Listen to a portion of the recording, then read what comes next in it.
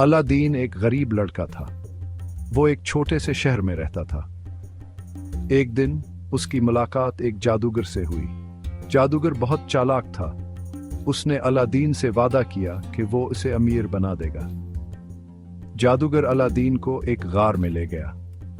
उसने कहा कि गार के अंदर एक जादुई चिराग है। अलादीन गार में चला गया। गार खजानों से भरा हुआ था। अलादीन को वो चिराग मिल गया। ये पुराना और खाक आलूद था। अलादीन ने चिराग को रगड़ा। अचानक एक जिन नमोदार हुआ। जिन ने जोरदार आवाज में कहा, मैं तुम्हारा गुलाम हूं। अलादीन हैरान रह गया।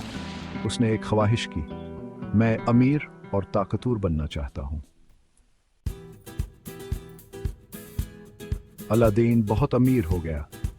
उसने एक शानदार महल बनाया। इसकी मुलाकात सुल्तान की खूबसूरत बेटी यास्मीन से हुई। अलादीन और यास्मीन को एक दूसरे से प्यार हो गया। उन्होंने शादी कर ली। अलादीन बहुत खुश था, लेकिन वहां बदमाश जादूगर अभी तक मौजूद था। जादूगर वापस आ गया। उसने यास्मीन को धोखा दिया। उसने जादुई चिराग चुरा लिया। अलादीन बहुत गुस्से में था। अलादीन ने जादूगर को ढूंढ लिया।